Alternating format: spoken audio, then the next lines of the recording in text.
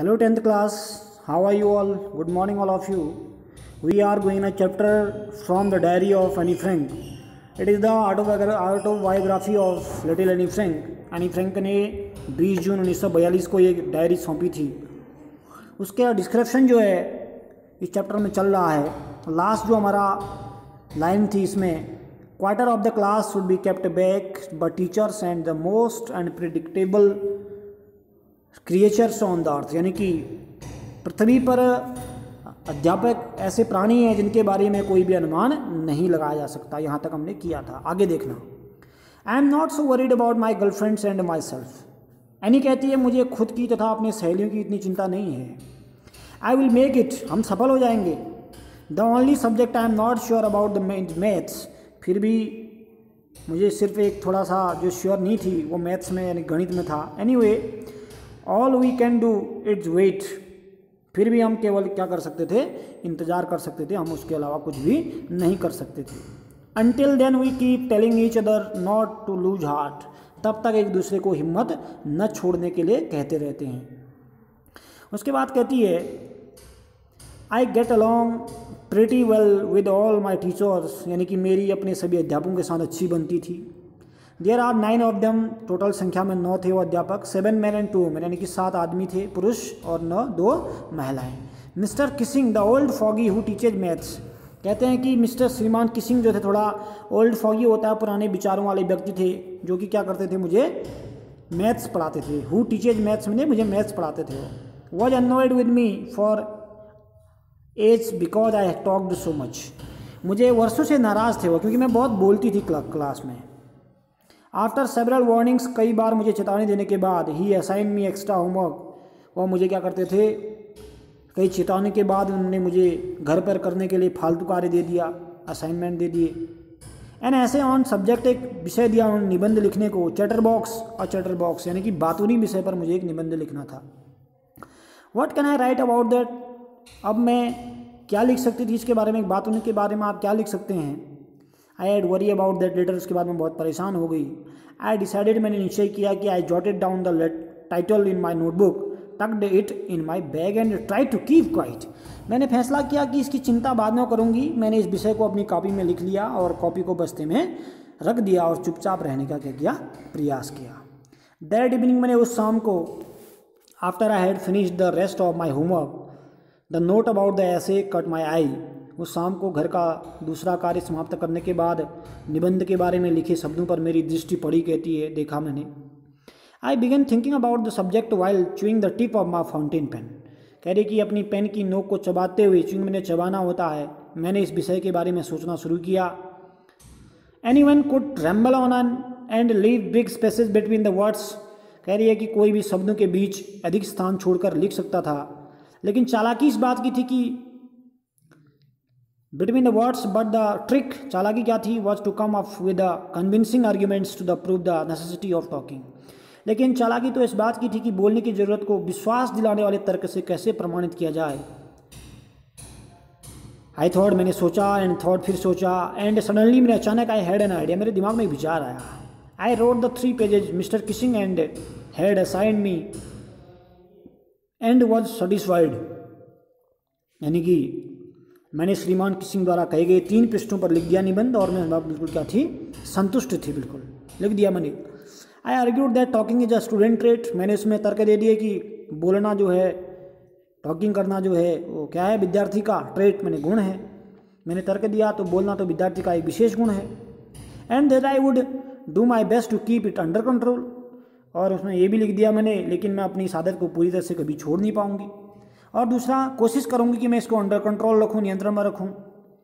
But that I would never be able to cure myself of the habit since my mother talked much as I did, if not more, and that there is not much you can do about inherited traits, लेकिन कहती है कि लेकिन मैं अपनी इस आदत को पूरी तरह से कभी छोड़ नहीं पाऊंगी, क्योंकि यदि अधिक नहीं तो मेरी माँ भी इतना ही अधिक बोलती थी, तथा आप विरासत में मिले हुए गुणों के बारे में ज़्यादा कुछ नहीं कर सकते हैं। Mister Keesing had a good laugh at my arguments, श्रीमान किसिंग जो है मेरे तर्क से बहुत हंसी आई उनको, बहुत ज़्यादा उन्होंने पढ़ा। But when I proceed to talk my way through the next lesson, पर जब मैं अगले पार्ट में पुनः बोलने लगी तो उन्होंने मुझे फिर से एक निबंध दे दिया द नेक्स्ट लेसन में। He assign me the second essay, क्या दे दिया दूसरा निबंध। This time it was the suppose to be an incorrigible chatterbox. दूसरा कैसा निबंध था, इस बार निबंध कैसा था, एक ऐसा बातूनी जिसे कभी सुधारा नहीं जा सके, इसके बारे में मुझे लिखना है। आई हैंडेड इट, मैंने यह भी लिख दिया। And Mister Keesing had nothing to complain about for 2 whole lessons. उसके बाद श्रीमान किसिंग ने अगले 2 पाठों तक कोई भी शिकायत नहीं की मुझसे। हाउएवर मैंने होता है जैसे तैसे during the 3rd lesson he had finally had enough Anne Frank as punishment for talking in class write an essay entitled quack quack quack said Mr Chatterbox. कक्षा में जो है तीसरे पार्ट के दौरान अब पर्याप्त हो चुका था मेरा हल्ला। कक्षा में बोलने के लिए दंड के रूप में मुझे quack quack quack mistress chatterbox ने कहा विषय पर निबंध लिखो। फिर से निबंध दे दिया तीसरा। The class roared I had to laugh too, पूरी कक्षा में शोर हो गया, मुझे भी हंसना पड़ा। यद्यपि क्या दो मनी यद्यपि I had nearly exhausted my ingenuity on the topic of the chatterboxes. कह रहे भी कक्षा में बहुत शोर हो गया, मुझे भी हंसना पड़ा। यद्यपि बातूनी विषयों पर लिखने की मेरी कुशलता बिल्कुल समाप्त हो चुकी थी, बहुत सारे टॉपिक मैंने लिख लिए थे। अब समय क्या आ गया था, किसी एक नए विषय का आ गया था। It was time to come up with the something else, कुछ नया, समथिंग ओरिजिनल, कुछ वास्तविक लिखने का टाइम आ गया था। My friend Sanne who is good in poetry offer to help me write to the essay from beginning to the end in verse and I jumped for joy. कहते कि मेरी एक मित्र थी, सहेली थी साने, वो निबंध को प्रारंभ से अंत तक पद्य भाषा में लिखने में बिल्कुल मेरी मदद की पेशकश की उसने। मैं बिल्कुल खुशी से उछल पड़ी, मदद की पेशकश की। साने उसकी फ्रेंड थी। Mr. Kissing was trying to play a joke on me with the ridiculous subject, but I had make sure the joke was on him. कहते हैं कि श्रीमान किसिंग जो हैं हास्यप्रद विषय से मेरे साथ मजाक करने का प्रयास कर रहे थे, लेकिन मैंने यह सुनिश्चित किया कि मजाक जो है उनके साथ हो, मेरे साथ न हो। आई फिनिश्ड माई पोएम, मैंने अपनी कविता को समाप्त किया। इट वॉज ब्यूटीफुल, बहुत सुंदर कविता लिखी थी। It was about the mother duck, एक माता बतख की कहानी थी ये पोएम में। एंड फादर सॉन, और पिता हंस की। And 3 baby duckling who were bitten to death by the father because they quacked too much. और दूसरा क्या था, जिन्हें पिता ने बिल्कुल काट दिया था, इसलिए मार डाला था उन्होंने अपने 3 बच्चों को, क्योंकि वो बहुत ज़्यादा क्या करते थे, बोलते थे। लकीली मेरे भाग्यवश जो था, mister Keesing took a joke the right way. श्रीमान किसिंग ने मजाक बिल्कुल एकदम से पकड़ दिया। ही रीड द पोएम, उन्होंने कविता को पढ़ा इन टू द क्लास, कक्षा में। एडिंग इज ऑन कमेंट्स, कुछ उसमें अपने कमेंट्स भी क्या किए, टिप्पणी भी जोड़कर इस कविता को कक्षा को सुनाया। And several other classes as well as, अन्य क्लासों में भी उन्होंने मेरी कविता को सुनाया। Since then I have been allowed to talk and have not been assigned any extra honour.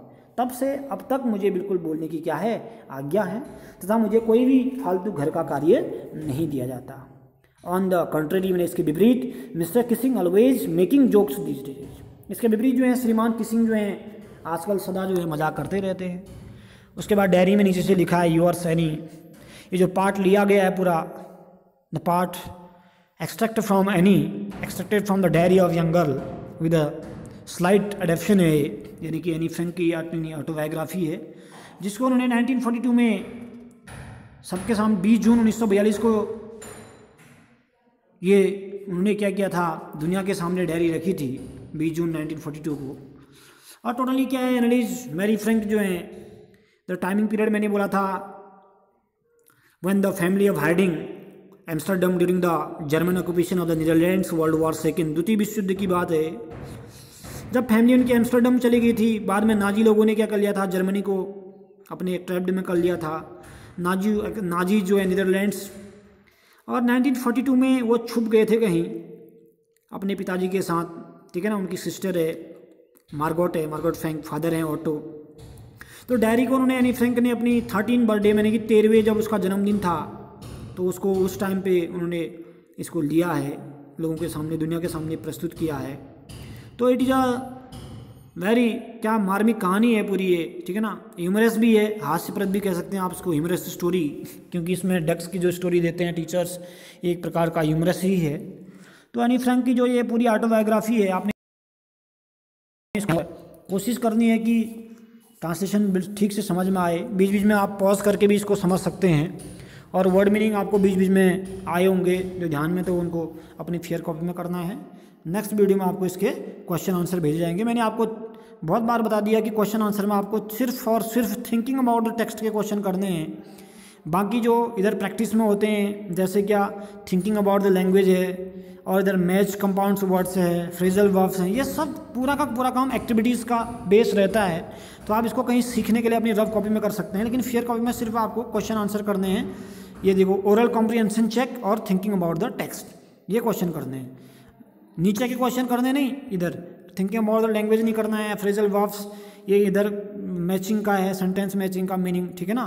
तो आपने ये नहीं करना, ये आपको फेयर कॉपी में अपनी प्रैक्टिस के लिए आप चैप्टर को क्लियर करने के लिए कर सकते हैं, ठीक है ना। नेक्स्ट वीडियो में आपकी इसको फिर वीडियो में क्वेश्चन आंसर भेजूंगा।